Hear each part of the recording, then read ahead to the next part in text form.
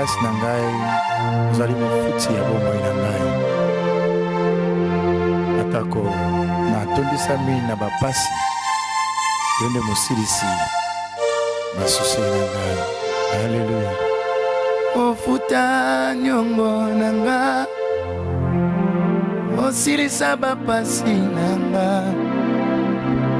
tina nini na nyokwama esi onyokwama po na nga nakomi na suka makasi esilinga pesanga loboko na yo salela ngai ngolu na yo Eli lama sabatani kotika ngai te osikoli na nga lisungi na ngai kouta na yo kuna na ekuluzu Yesu nyonso ekoki mpo na nga nazwa elonga salela ngai ngolu na yo Yesu kotika ngai te kotika ngai te kotika ngai te.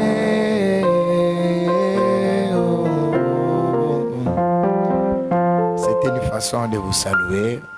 Bonjour, bonsoir, cela dépend de l'heure que vous êtes, de partout que vous êtes, mes fans de Master Key Gospel et musique. La chaîne n'est pas comme les autres. Les gens m'ont posé beaucoup de questions. Quand est-ce que nous allons commencer l'émission chrétienne? Cette émission que vous attendez parler, les voici. Dans peu de temps, nous allons recevoir un homme de Dieu fantastique, humble, puissant, et sans oublier qu'il a une bonne réputation. Il n'est pas de n'importe quelle église, une église fantastique qui vient du ciel. Je dirais parmi des églises qui seront au ciel, peut-être nous tous, nous allons prier au ciel dans cette église. Un homme de Dieu humble, vous allez le découvrir. Dans ces thèmes, beaucoup d'enfants de Dieu m'ont posé la question: comment pourrions-nous faire un bon choix? C'est-à-dire que l'émission d'aujourd'hui est intitulée Les choix du conjoint. Vous allez découvrir dans peu de temps des secrets qui se cachent, des mystères, des principes, ainsi que les alignés qui peut vous permettre de bien faire un choix. Et peut-être que tu avais déjà fait le choix, mais derrière cette émission, ce thème, cela va te permettre de bien recadrer, même si tu es déjà avec une personne à laquelle tu te poses des questions comme si c'était un mauvais choix. Mais au travers de cet homme de Dieu, vous serez bel et bien émailloté par la connaissance et la puissance du Saint-Esprit.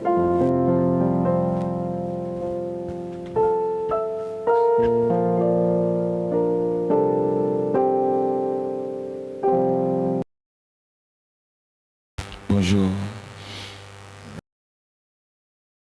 Je me nomme Pasteur Polydor Diatungwa Dilwa.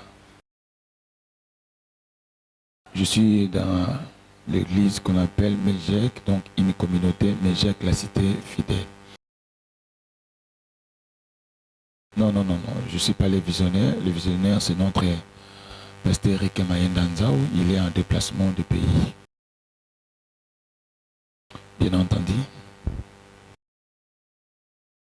On travaille, c'est trop dit, mais on a quelques affaires dans lesquelles le Seigneur nous aide pour atteindre certains objectifs. C'est pas à moi de le dire. Si je le disais, peut-être je pouvais m'enorgueillir. C'est plus aux autres de pouvoir évaluer ce que nous sommes en train de faire et c'est à eux de tirer cette conclusion-là.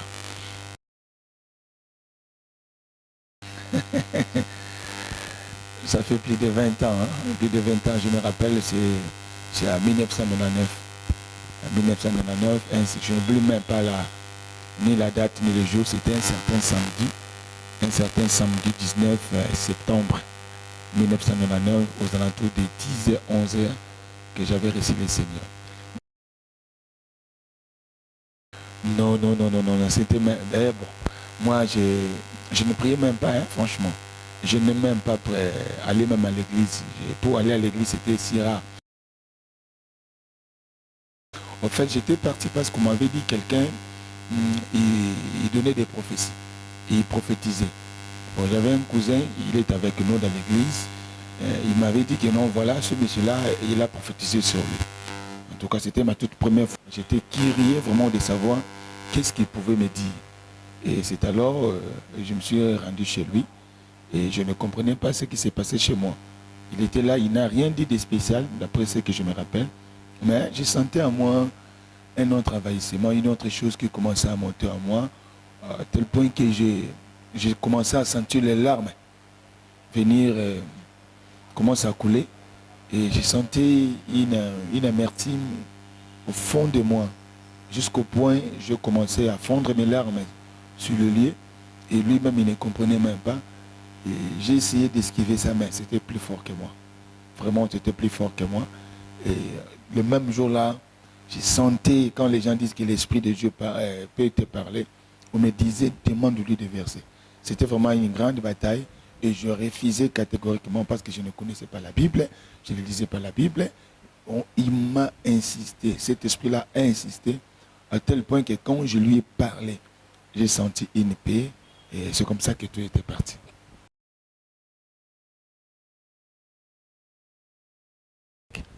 Oui, je ne connais pas d'autres églises. Si c'est à refaire, je serai toujours à la Mégèque. Et si c'est à refaire, je dirais même à Dieu, même à l'âge de 2 ans, je peux commencer à prêcher.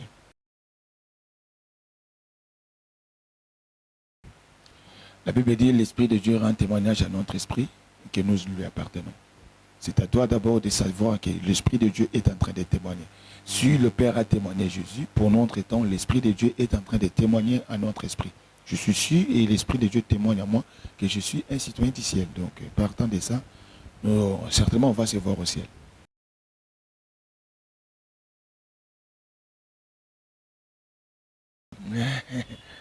Je le salue à passant, je lui donne des gros bisous. Ma femme, elle s'appelle Rachel Talé Diatungwa. Donc, Rachel Talé Diatungwa, ma femme.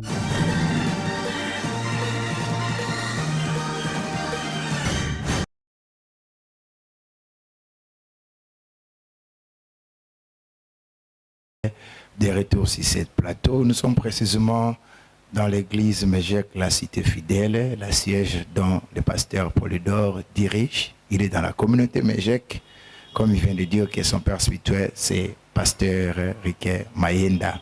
Je suis le présentateur Christian Kingana que vous aimez très bien. Je pense que nous allons découvrir autant de choses ce matin. Pour d'autres personnes qui sont dans des pays atlantiques, ils sont peut-être les après-midi, soit les soirs. Ne zappez pas, restez dans ces chaînes fantastiques théologiques, Master King Gospel Music. Pasteur Polydore, nous avions reçu autant de questions et les gens attendaient que le pasteur Polydore arrive pour nous répondre sur les différentes questions. Et je pense que les gens ont besoin de comprendre et de savoir comment faire un bon choix, le choix du conjoint. C'est le sujet principal de notre émission. Ma première question est que, est-ce que le mariage est important pour tout homme célibataire? Ok, avant de pouvoir développer notre sujet, je peux dire que le mariage est vraiment très important. Et le mariage est très important pour tout le monde, pour la simple raison parce que c'est Dieu qui est l'instituteur du mariage. Si le mariage n'était pas important, Dieu n'allait pas faire dormir Adam, il n'allait même pas lui donner un profond sommeil, et en se réveil, le mari voit sa femme. Donc, comme Dieu est l'instituteur du mariage, si cela était moins utile, Dieu n'allait même pas le manifester comme nous le voyons aujourd'hui. Donc c'est pour dire que le mariage est très important sur la terre et Dieu lui-même il dit, bon voilà, il est notre mari et l'Église est l'épouse. Donc partons de ces deux choses, on peut conclure tant sur le plan physique, tant sur le plan spirituel, que le mariage s'avère être très important. Moi, je ne suis pas mis dans les choses de Dieu, et je suis présentateur, journaliste. Je pense que la Bible dit que l'obéissance vaut mieux que les sacrifices. Est-ce que des personnes qui meurent, ils ont eu le temps de se marier, mais ou soit des personnes qui ont eu la conclusion de ne pas se marier, il y a aussi d'autres églises qui ne se marient pas. Est-ce que pour eux, ils ont péché à Dieu, ils n'auront pas le droit de voir le Seigneur ou comment?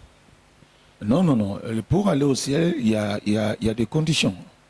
La Bible nous parle de la sainteté. Si nous lisons les épîtres, l'apôtre Paul le répète incessamment, les conditions, les impudiques, les idolâtres, ces genres de personnes-là n'hériteront pas le royaume des cieux. Il ne fait en aucun cas l'allusion pour ceux-là qui ne se sont pas mariés. Donc, c'est pour dire, le mariage n'est pas une condition pour aller au ciel. Et lui-même, il a répété ça. Il a dit, si quelqu'un ne veut pas se brûler, qu'il se marie. Si quelqu'un sent qu'il peut se contenir, il peut servir le Seigneur sans pourtant être marié. Donc, il n'y a pas une condition que pour aller au ciel, tu dois être une personne mariée. Non, non, non, non, ça n'existe pas dans toute la Bible. Bon, je peux m'appuyer sur ce que les gens disent, que le mariage, c'est une institution divine, c'est ça. Alors, ce qu'on appelle institution divine, c'est-à-dire que c'est un ordre que Dieu a donné. Je pense que quand un enfant de Dieu, quelqu'un n'a pas obéi aux ordres de Dieu, c'est déjà un péché. Je ne sais pas, vous pouvez m'expliquer par rapport à ça? C'est difficile parce que si nous disons que Jésus-Christ est le Fils de Dieu, étant sur la terre, il devait impérativement se marier. Or, Jésus-Christ ne s'est pas marié. Nous le savons tous, il est mort, d'après l'histoire, à l'âge de 33 ans, il est allé au ciel. Lui qui est reconnu par tous comme étant le Fils de Dieu, manifesté en chair. Il ne s'est pas marié. Alors comment il se retrouve au ciel? Bien que c'est une institution divine, Dieu nous donne cette liberté-là. On a cette liberté-là de faire un choix, soit je peux me marier, soit je ne peux pas me marier. Et l'apôtre Paul l'a répété encore, comme je viens de le dire. Donc, partons de Jésus, lui qui est le Fils de Dieu, ne s'est jamais marié, qui connaît le Fils de Jésus. Une personne, il ne s'est pas marié, donc il n'y a pas match, il n'y a pas de balade. Voilà, mes amis qui sont en Amérique, vous avez écouté la réponse du pasteur Polydore. Des personnes qui désirent se marier, tu peux te marier. Le plus important, marcher dans la sanctification et tu verras les Seigneurs. Pasteur Polydore, oui? Est-ce que les mariages, la volonté de Dieu existe dans les mariages, dans le sens que je suis en train de parler, dans le sens que pour que quelqu'un se marie avec une femme, il faut que Dieu lui donne la femme, il faut qu'il soit précis, il faut écouter le Seigneur, il faut avoir une révélation par rapport à la femme. Je ne sais pas si la volonté de Dieu existe. Par rapport à cette question, il y a à boire et à manger, il y a des choses qu'on rencontre, il y a des choses qu'on se dit, mais ce que je peux dire, les points de vue des uns et des autres, c'est différent. Par rapport à ça, mais d'emblée comme ça, je peux dire, la volonté de Dieu existe dans tout ce que nous faisons. Dans tout ce que nous faisons. Il y a certaines choses, sans pourtant prier, Dieu le manifeste dans ta vie parce que c'est dans sa volonté. Donc, personne ne peut dire que je me suis réveillé aujourd'hui de ma propre force. Non, non, non. C'est la volonté de Dieu. Et celui qui est mort, il ne veut pas dire que j'avais voulu que je meure aujourd'hui. Combien de gens ont dit non, je préfère mourir aujourd'hui, mais ils se sont réveillés vivants. Et ils regrettent. Combien de gens se sont dit que non, je vais être vivant, mais ils sont morts, ou soit je vais mourir, mais ils se sont réveillés vivants. Donc tout ça, la volonté de Dieu existe dans tout ce que nous faisons et chaque jour, parce que la Bible dit Dieu est le maître des temps et des circonstances. S'il est le maître des temps et des circonstances, c'est que Dieu est en train de tout contrôler. Donc pour répondre à la volonté de Dieu dans les mariages, ça existe. C'est à toi de comprendre quel genre de volonté Dieu est en train de te demander. Parce que si tu ne connais pas là, ce que Dieu est en train de demander comme sa volonté pour accomplir telle ou telle chose, soit pour accomplir un acte de mariage, ça va poser un problème. Parce que ce que Dieu va m'imposer à moi comme une volonté, ça ne sera pas forcément pareil avec celle qui va imposer à une autre personne. Donc c'est un peu ça. Ça diffère d'une personne à une autre, d'un millier à un autre aussi. Ça, on doit aussi en tenir compte. Derrière toujours cette question, je dirais ceci, est-ce que Dieu peut révéler une personne, sa femme, de sa vie, par une vision, songe, prophétie? Si je disais non, je serais contredit par tous les gens qui ont marié leur femme à la suite d'une révélation. Et jusqu'à ce jour, ils sont en train d'évoluer dans leur couple. Donc, quelque part, je vais leur offenser. Alors, si je dis oui, c'est comme si je suis en train d'annuler aussi ce que les autres là n'ont pas fait. Donc, par conséquent, moi, je sais seulement qu'il y a des conditions. Il y a des conditions dans la Bible, et quand nous lisons, que ce soit beaucoup plus dans l'Ancien Testament, où on est en train de voir un mariage parfait. Un mariage qu'on qualifie vraiment de parfait, d'après moi, où on voit comment les conditions sont posées. Si vous lisez, vous serez d'accord avec moi, la Genèse chapitre 24, là on parle de l'histoire d'Abraham. Abraham, il voulait que son fils Isaac se marie. Mais voici ce qu'il dit à son serviteur. Il appelle son intendant, le serviteur le plus ancien. Il lui dit, écoute, je veux que mon fils Isaac se marie, mais vous n'allez prendre aucune femme dans les pays dans lesquels j'habite. Oh, ce pays-là, Dieu lui avait donné. Il a dit, ici chez les Cananéens, vous n'allez pas prendre une femme. Donc, la volonté de Dieu existe dans des conditions que Dieu peut t'imposer. Donc, il y a des conditions, c'est à toi de voir quelles sont les conditions que Dieu exige en moi pour pouvoir conclure tel ou tel acte, pour pouvoir conclure un acte de mariage. Donc, les conditions existent bel et bien, et peut-être on aura le temps de revenir là-dessus, parce que c'est un mariage parfait, une illustration aussi parfaite par rapport à ce que nous parlons comme mariage. Pasteur Polydor, je sais que, comme je disais au début, je ne suis pas mire dans la Bible comme vous, mais je suis un peu bibliographe. Je fais un effort de checker les différents livres.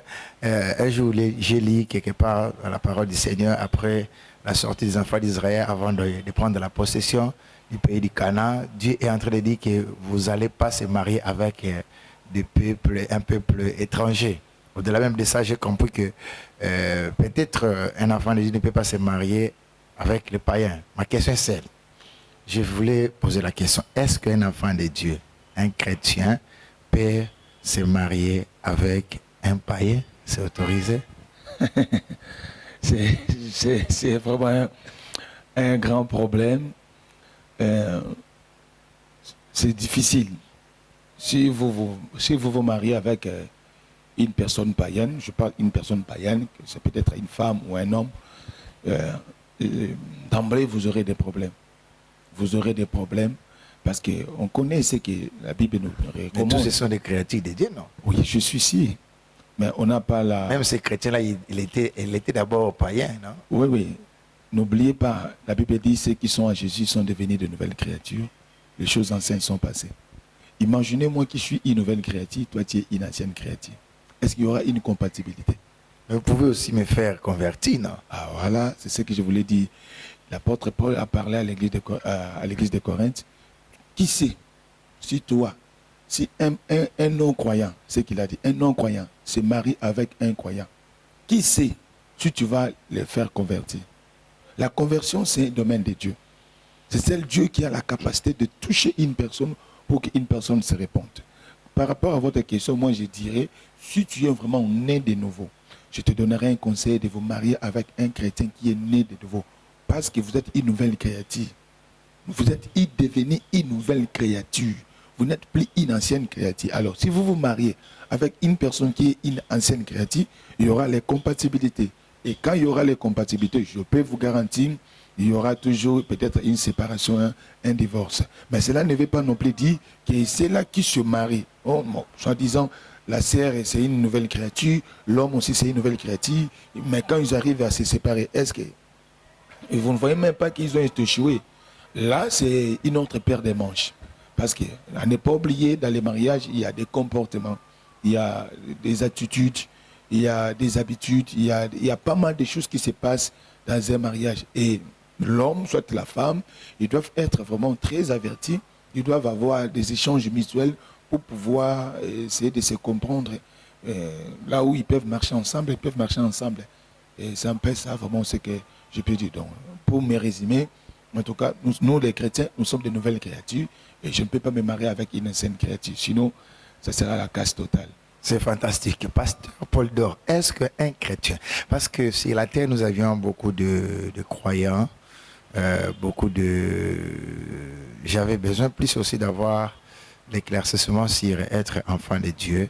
Je pense que toute personne qui a Dieu, il est enfant de Dieu. Toute personne qui croit à Dieu, à un seul Dieu, il est aussi enfant de Dieu. Voilà pourquoi cette question a besoin juste d'embellir, d'élargir ma question. Ma question, c'était celle.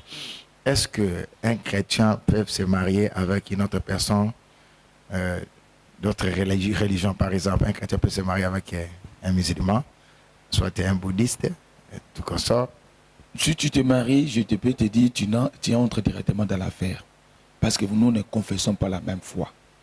Nous, notre foi, c'est en Jésus-Christ. C'est-à-dire que vous direz directement que les gens des musulmans iront à l'enfer?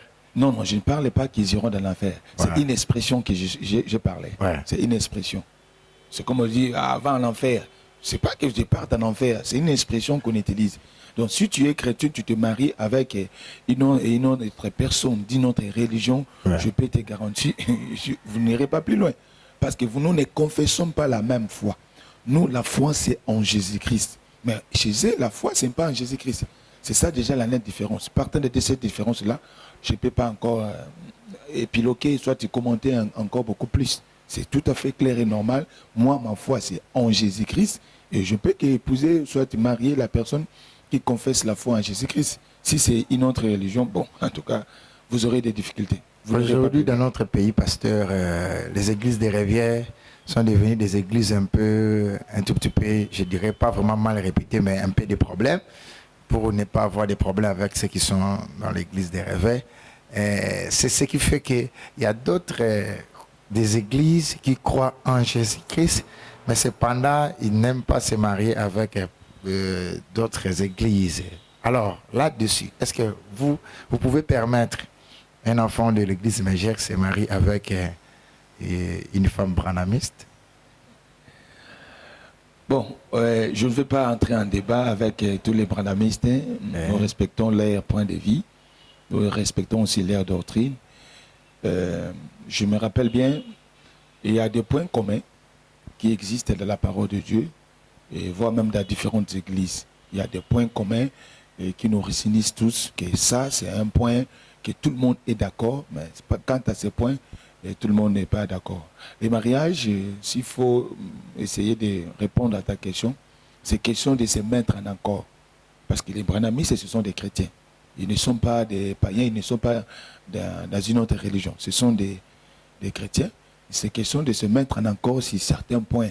Sur certains points, et si l'homme et la femme arrivent à s'asseoir sur une même table, ils fixent certains points, comme je viens de le dire, ils sont en commun tel point. Ils peuvent marcher ensemble. Il n'y aura pas vraiment assez de soucis. Si néanmoins il y a cet échange-là mutuel, cette communication-là, ce dialogue-là, sur certains points, quant à la Bible, je crois qu'ils vont bien marcher. Donc il n'y aura aucun souci. Si un enfant de Mégère se marie avec un branhamiste, moi, je ne verrai aucune différence. Vraiment. Pasteur Paul, la Bible dit que ce que Dieu a uni, personne ne peut les séparer. C'est ce que la Bible dit. Je sais que quelque part, moi je suis quelqu'un de quelque part, je n'ai pas de précision à la Bible. Ce que Dieu a uni, personne ne peut les séparer. Mais cependant, il y a des chrétiens qui se marient après un certain temps, 2 semaines. Aujourd'hui, ça devient grave. 2 semaines, 3 jours, ils se sont séparés, ils ont fait le divorce. Entre-temps, ce sont des chrétiens, des nouveaux-nés. Comme vous venez de dire, est-ce que quelque chose, quand on bénit le mariage, on dit que ce que Dieu a uni ne peut pas être séparé. Est-ce que Dieu peut se contredire par rapport à des personnes qui sont dans les divorces? Je peux parler par rapport à ce que Jésus avait dit dans les évangiles. Oui. Quand ils sont venus vers Jésus, les pharisiens et les autres, vers Jésus, Jésus, pourquoi Moïse nous a donné la lettre de divorce? Jésus a dit, c'est à cause de la dureté de votre cœur. Voilà pourquoi Moïse vous a donné la lettre de divorce. Il a dit, au commencement, cela n'était pas ainsi. Et nous sommes en train de voir la prolifération des divorces, ça c'est vrai, même au milieu des chrétiens. Ce sont des choses qui sont déplorables. Moi j'ai toujours dit, dans les liens de mariage, c'est sur les liés que tu vas passer plus de temps. Quelqu'un peut naître dans la maison de son père, à l'âge de 20 ans, il peut dire, bon, moi je quitte mon père, je peux aller ailleurs, tout ça. Pour quelqu'un qui se sent beaucoup plus responsable, il dit, non, je dois quitter. Et s'il quitte, il veut, bon, je vais épouser une femme. Tu vois, il y a des gens qui disent, non, on a fait 50 ans de mariage. Posez-leur la question, est-ce que toi, tu as fait 50 ans dans la maison de votre père? Non.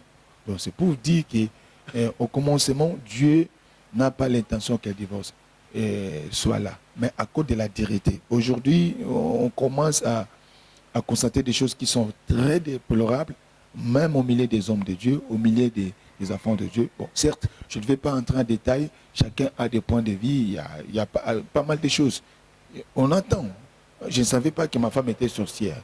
Je ne savais pas que mon mari était sorcier. Je ne savais pas qu'il était un impédique. Je ne savais pas qu'il était dans l'occultisme. Je ne savais pas. Donc, il y a pas mal de choses pour pouvoir analyser ces mais si ta femme, soit ton homme, il est sorcier, tu viens de découvrir, mais tu es enfant de Dieu, tu peux lui délivrer, non? Oui, ça dépend d'une personne. Tout le monde n'a pas la capacité de délivrer, c'est ça. Tu peux aller même chez les pasteurs, des personnes qui ont ça dépend d'une personne à une autre. Si toi, tu te sens que non, je peux continuer avec elle, tout en le faisant passer par la délivrance, tant mieux. Mais il y a des gens qui disent que non, non, moi, je ne peux pas faire ça. En fait, moi, je reste dans la logique où Jésus a dit que non, nous sommes là, dans ces mariages-là monogamiques, dans ces mariages où il n'y a pas de divorce. Les conditions sont là. Il y a une condition que la Bible nous a donnée, si tu attrapes ton mec, soit ta femme, en adultère. Là, en tout cas, et ce n'est pas aussi une condition obligatoire ou soit une condition sine qua non. La Bible nous donne la possibilité. Je peux attraper mon mari, mais il m'est trompé, je peux le pardonner. Si je le pardonne, je continue. Alors, si je ne le pardonne pas, je dois me séparer. Et c'est là qu'ils se sont divorcés. C'est aussi un problème. C'est aussi un problème. Je ne devais pas, certes, leur offenser. La Bible est claire. Si tu te divorces, alors tu ne peux plus te remarier. Pasteur Paul Dor, je vais m'appuyer sur ce que vous venez de dire. Si quelqu'un est en mesure de lui pardonner, il peut lui pardonner s'il n'est pas en mesure. Alors, des personnes qui n'arrivent pas à pardonner leur femme par rapport aux fautes que la femme vient de faire pour qu'il divorce, cette personne-là ira aussi au ciel. Pourquoi? Parce que clairement, d'abord, l'expression la femme du ministère, ça sort d'où? La première des choses qu'on doit dire. Parce que l'Église n'a pas commencé aujourd'hui. L'Église n'a pas commencé à exister sur la terre aujourd'hui. Cette expression-là sort d'où, la femme du ministère? Voilà. Ça, c'est la question que je me pose. Ça, c'est de 1. De 2. Et cette expression-là aussi, il faut recadrer ça. Ça sort plus dans les églises pentecôtistes ou soit dans les églises de réveil, comme nous le disons. Chez les protestants, ça n'existe pas. Alors, nous savons que l'église de réveil est sortie du protestantisme. Maintenant, quand nous allons chez les protestants, on n'entend même pas cette expression-là, femme du ministère. On n'entend même pas ça. C'est seulement chez nous, maintenant, les églises pentecôtistes, soit les églises de réveil, c'est nous qui disons que femme du ministère. Et alors, il faut voir, le ministère de l'église de réveil n'a pas commencé aujourd'hui, c'est depuis les années 60. Ouais. L'expression est sortie quand? C'est ça aussi la question que je me pose. Donc, bref, sans pourtant contredire ceux-là qui disent qu'il y a des femmes de ministère, en tout cas moi, par rapport à la Bible, je n'en trouve pas. Je n'en trouve pas. Il y a seulement, tu dois marier ta femme. Vous devez savoir que les comportements entre vous deux vont de pair et c'est fini. Ça n'existe pas, la femme de ministère là. C'est que Jésus aussi devait avoir une femme de ministère. Oh, Jésus n'a pas une femme de ministère, et encore moins les apôtres. Donc, c'est une expression peut-être qu'on a ramassée, on a essayé d'habiller ça dans toutes ses formes, mais ça n'existait pas. Ça n'existait pas. Ou soit ils cherchent à voiler leur divorce, tout en disant que cette femme-là, voilà, elle ne répondait pas. Bon, je ne vais pas entrer en détail, hein, et même ils savent pourquoi. Pasteur Paul Dor, comment trouver une bonne partenaire, soit un bon partenaire? Par rapport à le conjoint ou conjointe? Oui. Bon, par rapport à ça, je verrai qu'on ouvre quand même la Bible. On a cité des versets bibliques sans pourtant appuyer totalement. Je m'en vais rapidement dans Genèse, comme je l'avais dit, Genèse chapitre 24. On voit l'histoire d'Abraham qui voulait que son fils Isaac puisse épouser une femme. Il a posé des conditions. il a appelé son serviteur le plus ancien, qui s'appelait au nom d'Élézer. Il a dit que tu ne prendras pas une femme parmi les Cananéens. Tu dois retourner dans mon pays d'origine. Et quand l'homme est parti, je me relire cette partie-là. Étant arrivé dans le pays, Abraham ne lui avait pas posé la condition. Mais lui-même, il a posé cette condition-là. Et cette condition-là était favorable. Ouais. Parce qu'il a pris les serviteurs le plus ancien. Cela veut dire, Abraham avait la confiance. Ce n'est pas facile de laisser ta femme entre les mains d'une personne. Vous devrez être sûr avec la personne. Vous devez être totalement, je peux encore dire, totalement sûr de la personne. Maintenant, imaginez Abraham, il prend son serviteur le plus ancien, c'est qu'il avait confiance à cet homme-là. Et cet homme-là, surtout, il avait aussi confiance à Abraham. Abraham lui a dit, tu ne prendras pas une femme ici, dans les pays dans lesquels j'habite. Mais tu dois retourner dans mon pays d'origine. Alors, écoutons ce que cet homme a posé comme condition. Dans Genèse chapitre 24, dans le verset 15. Ça, c'est Élézer qui est en train de parler. Il n'avait pas encore fini de parler qu'est sorti sa criche. Non, là, je suis allé trop vite en besogne.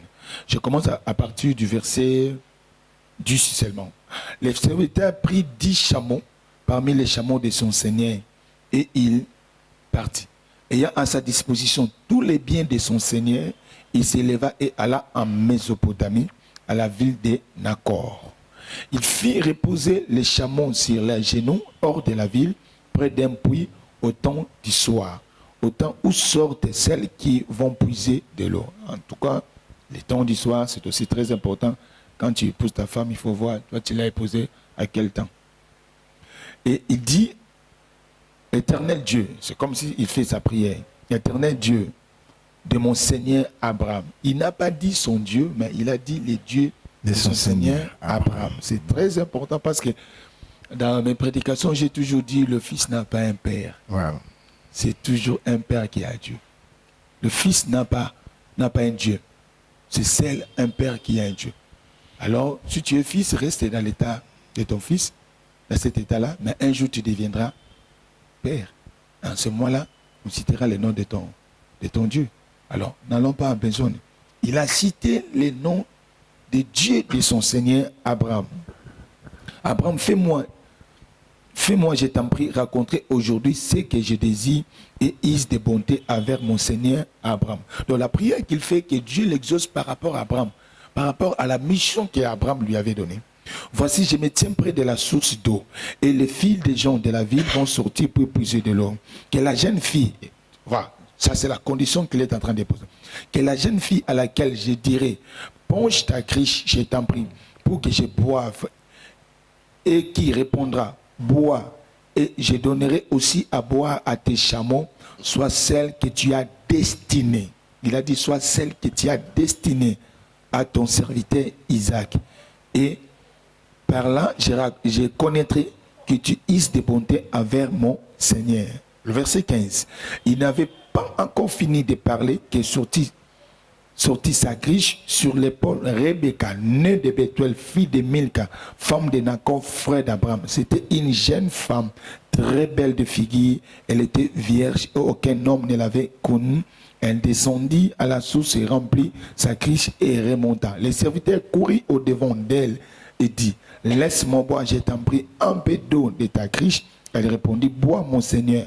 Et elle s'empressa d'abaisser sa criche sur sa main et de lui donner à boire. Quand elle eut achevé de lui donner à boire, elle dit, je puiserai aussi pour tes chameaux.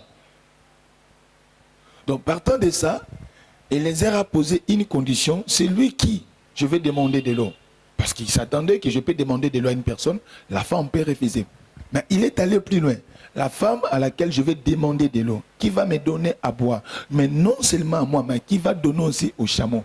Elle sera celle qui est destinée pour mon Seigneur Isaac. Vous ne savez pas ce qu'un chameau peut consommer comme une quantité d'eau. Vous ne savez pas. Vous ne savez pas. Un chameau, c'est un animal qui a la capacité de traverser le désert. Maintenant, imaginez, ce monsieur avait 10 chameaux et la femme a dit pas une criche. Une criche, peut-être on peut qualifier, peut-être la femme avait une criche de 5 litres. Imaginez, un chameau peut consommer combien de litres d'eau? Mais cette femme a eu de la peine de pouvoir faire. Donc ça, c'était une condition majeure où cet homme a posé que si je lui demandais de me donner d'abord, moi, de l'eau, s'il me donne, et par la suite, la femme va donner au chameau, je vais comprendre automatiquement. C'est-à-dire, il y a une condition, tu peux prier, ou ça, tu peux voir quelque chose, tu peux dire, Seigneur, j'ai besoin d'avoir un signe, j'ai besoin d'avoir un indice. Si c'est tel ou ce n'est pas tel, je peux vous garantir, Dieu, avec toute sa capacité, il peut te donner un signe.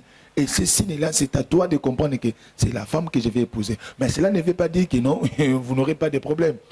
C'est la raison pour laquelle, tout au début là, j'ai dit, vous devez avoir une communication, des dialogues, parce qu'il y a toujours des crocs en jambes. Vous devez avoir au moins des échanges, et ces échanges-là vont vous permettre que vous pouvez enlever tous les malentendus, et pour avancer. Mais néanmoins, il y a des conditions par rapport à la Bible. Il dit, bon, là, cette femme-là, si elle donne à moi et au chameau, c'est une condition. Aujourd'hui, je ne sais pas, hein, chacun est en train de poser des conditions de sa manière, de sa façon. Et quand tu poses la condition, et dès lors que tu vois cette condition-là arriver, c'est à toi de comprendre que Dieu me dit d'épouser telle ou telle femme ou soit tel homme. C'est ça que je crois que j'ai répondu. Alors, Pasteur Paul Dor, je viens d'écouter l'histoire d'Abraham pour la femme d'Isaac. Abraham était quelque part, mais il a demandé à son serviteur d'aller prendre la femme, pas dans le pays dont il vivait, mais dans sa patrie, comme on dit. C'est-à-dire que pour faire aussi un bon choix, il faut prendre la femme de ton pays. Comme des personnes, il y a des Congolais qui sont en Europe, il y a des Congolais qui nous regardent, qui sont en Amérique. Cela n'est pas bon d'aimer des blanches. Il faut retourner. Et puis ceux qui sont à Kinshasa, soit il faut aller en village. Au village, non. Si Abraham m'a dit que vous allez retourner dans mon pays, il parlait de la postérité. Il était de la même postérité que son frère Nacor. Il savait que nous confessons la même foi. Le problème, quand on dit son serviteur devait aller à Mésopotamie, Abraham, il savait, il voyait le comportement que le fils cananéen manifestait. Et ces comportements ne plaisaient pas à Abraham. Et peut-être on n'aura pas le temps. Tu verras quand Isaac a eu ses deux jumeaux, et lorsqu'il a béni Jacob, il lui avait même interdit, tu ne prendras aucune femme parmi les Cananéennes. Parce qu'il savait que leur comportement ne permettait pas à une personne de faire un bon mariage. La Bible n'est pas précise pour nous dire ils avaient quel comportement. Mais néanmoins, quand il y a une interdiction, c'est qu'il y a quelque chose qui est mauvais. C'est-à-dire que pour faire aussi un bon choix par rapport à ce que vous venez de dire, il faut que nous dépendons aussi de nos parents. Soit c'est toujours l'image des conseils. Non, pas forcément des parents. Non. Laissez-moi d'abord terminer ce que j'étais en train de dire. Quand il parle de là où il est sorti, de là où il sait que non, nous avons la même foi. Nous avons le même Dieu. Donc, si vous vous mariez, il n'y aura pas de problème. Il n'y aura pas vraiment de problème. Ça ne veut pas dire qu'il n'y aura pas de problèmes de manière générale. Oui, il y aura des petits problèmes, parce que dans tous les couples, il y a des petits problèmes, mais vous êtes censé les résoudre dans la facilité. Donc il dit, tu dois retourner là-bas, parce que ici, si tu te maries avec les gens, c'est compliqué. Vous l'avez dit tout au début là. Imaginez les enfants d'Israël sont sortis de l'Égypte, Dieu leur interdit, vous n'allez pas vous marier avec les autres nations. Vous allez vous marier entre vous. Dieu évite, parce que quand quelqu'un se marie avec une personne qui confesse une divinité étrangère, il peut vous conduire. Vous pouvez être dérobé du droit chemin dans lequel Dieu vous a appelé. De la même façon, vous avez dit qu'un chrétien ne peut pas se marier avec un païen. Oui, c'est ça. Tu vois, c'est risquant. Oui, il y a un grand risque total. Un grand risque total. Mais il y a aussi des cas d'exception, non? Oui, les cas d'exception, attention, il faut vivre toujours dans les cas généraux. Il faut toujours être dans les cas généraux. Il faut toujours être dans les cas généraux. Il ne faut pas donner Dieu la charge. Non, ce n'est pas question de donner Dieu la charge. Il faut vivre dans les principes généraux.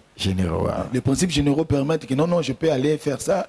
Ne soyez pas de l'exception. Et l'exception, c'est rare. On a toujours dit que c'est l'exception qui confirme la règle. Pasteur, qu'est-ce que vous allez dire à des personnes qui se sont déjà mariées avec des païens sans pour autant connaître tous ces principes-là? Ils doivent se séparer avec eux ou ils doivent continuer? Non, je ne vous demanderai pas de vous séparer. Tout ce que je peux vous dire, c'est de prier, de demander plus la grâce de Dieu, comme notre Dieu miséricordieux. Vous êtes déjà dans ces liens-là. Dieu peut vous accorder une faveur, une grâce. Ton mari, je connais aussi pas mal d'histoires que la femme était vraiment une femme chrétienne très engagée. Son mari, il était vraiment à n'importe quoi. Mais la femme a persévéré dans le chemin du Seigneur. La femme ne cessait de prier pour son mari et son mari a reçu le Seigneur. Bon, pour citer peut-être l'exemple de Maman Olang et Papa Olang, il semble, je n'ai pas vraiment la maîtrise de cette histoire, il semble que Maman Olang a reçu le Seigneur bien avant son mari. Et par la suite, son mari l'a rejoint. Donc c'est pour dire que si vous vous trouvez dans cette situation-là, tout ce que je peux vous dire, c'est de prier, de demander à Dieu de lui accorder la grâce. Peut-être au travers, vous êtes un instrument que Dieu va utiliser pour que ton mari ou soit que ta femme soit ramené dans les chemins du Pasteur Poldo, il y a beaucoup de sœurs à l'église, ils n'ont pas une bonne comportement, ils ne sont pas bien, ils ne se comportent pas bien, ils n'agissent pas bien devant leurs proposants, fiancés, tout comme ça. Mais cependant, chez les païens, il y a des personnes qui sont aussi bien, comportement, tout comme ça. Cela n'est pas une bonne chose aux chrétiens, malgré tous ces lois-là. Parce que le mariage, les comportements, est quelque chose de très important. Alors, pour des personnes qui se retrouvent avec des sœurs, ils connaissent Jésus, il a Jésus, mais cependant, ils ne se comportent pas très bien. Quels sont les conseils que vous pouvez les demander? Bon, l'Église est là pour pouvoir résoudre tous ces problèmes. Aujourd'hui, nous regardons nos jeunes sœurs parfois et nous essayons d'emprunter ce qui est dans le monde et on essaie d'amener ça à l'Église. Ce n'est pas vraiment un bon exemple. Les conseils que je peux leur demander, ils doivent savoir que le mariage, c'est un engagement qui est très définitif. Quand tu t'engages dans un mariage, vous devrez vous préparer. La plupart des personnes ne sont pas préparées pour le mariage. Tu as l'envie d'aller au mariage, mais tu n'es pas préparé.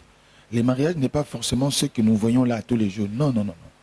Il y a des choses qui sont peut-être plus compliquées quand vous êtes dans ces liens de mariage.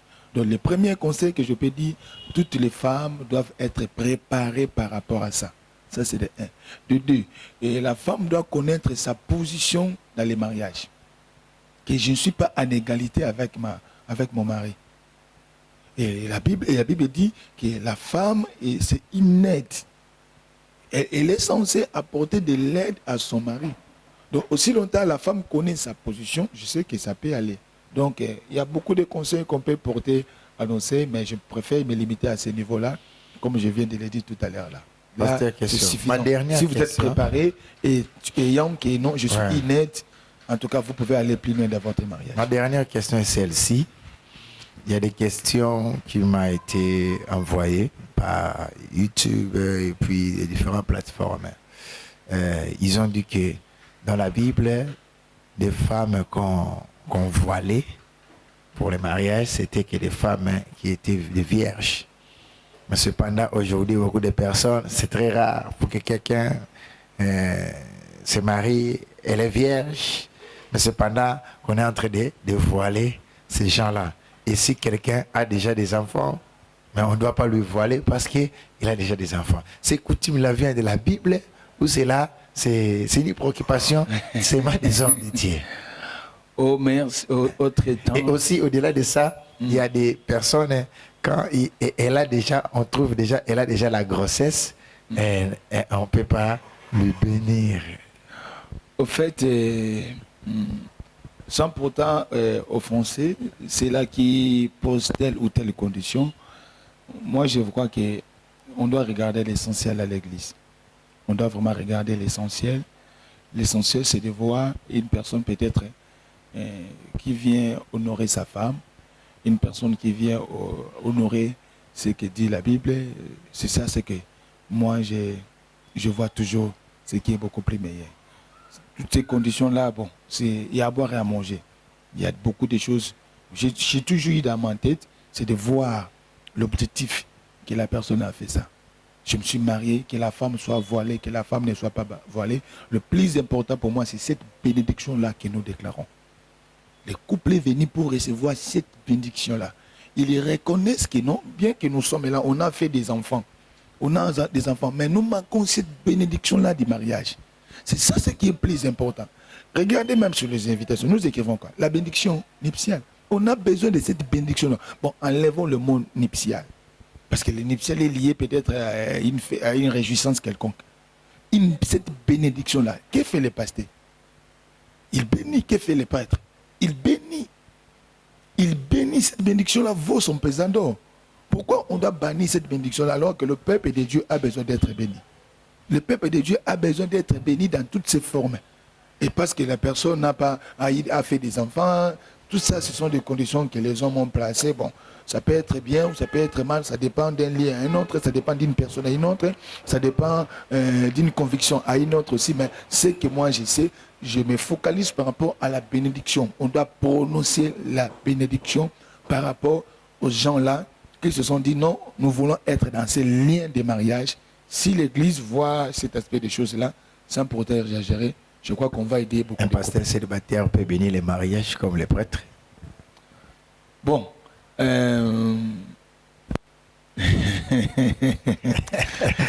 Gagné.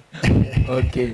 Vous savez, si je dis il ne peut pas le faire, je contredis directement nos prêtres qui font aussi leur travail pour l'avancement de l'évangile. Donc, au fait, il n'y a pas une condition aussi que la Bible est en train de nous dire que voilà, pour bénir un mariage, tu dois être marié. Mais si on arrive peut-être à placer cette condition-là, c'est pour que la personne qui bénit ne connaisse pas ce qu'il est en train de faire. Parce que celui qui bénit, celui qui est dans le lien de mariage, il a une certaine expérience par rapport à celui qui n'est pas dans le lien de mariage. Souvent, on peut prêcher par des exemples, on peut prêcher dans les cérémonies de mariage par expérience, par rapport à ce que je vécu dans mon mariage. Je peux prendre un verset biblique, j'essaie de le commenter, j'essaie de l'argumenter et j'appuie ça par l'expérience, soit personnelle, soit d'une autre personne. Mais par rapport à celui qui ne s'est pas marié, il aura un souci. Moi, je peux vous donner. Nous parlons de la bénédiction. Oui.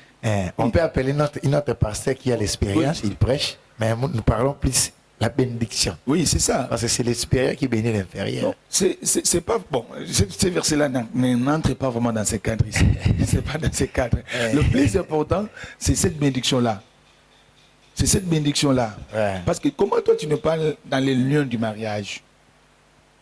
Mes fans de partout vous êtes, vous avez écouté l'intelligence, la connaissance, les conseils de votre pasteur Polydor, des cordons, les représentants à Kinshasa de la communauté Méjec.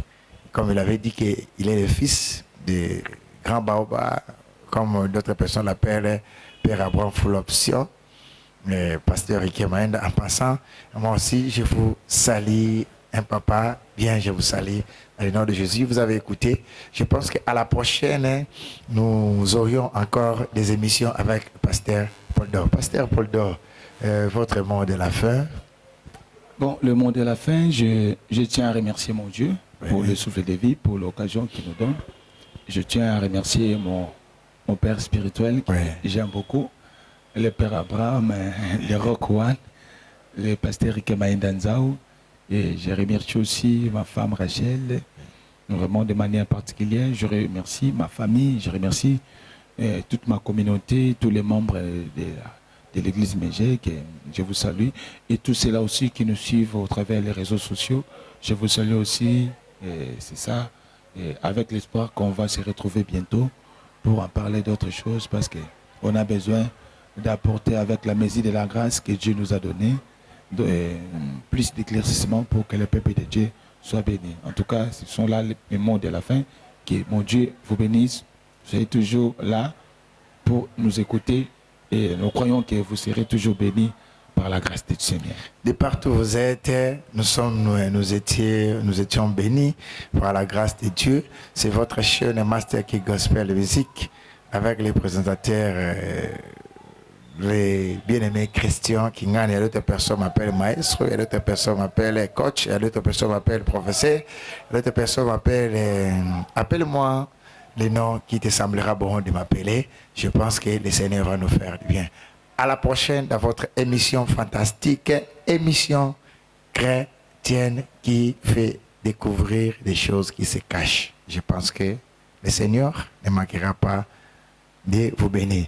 Je bénis toute l'équipe technique, je bénis caméraman, Nella, je bénis toute l'équipe, je bénis Étoile, je bénis tout le monde, je bénis évangéliste Michel qui nous a accompagnés dans les pianos. Je pense que le Seigneur va vous faire beaucoup de bien. Merci, à la prochaine. Merci.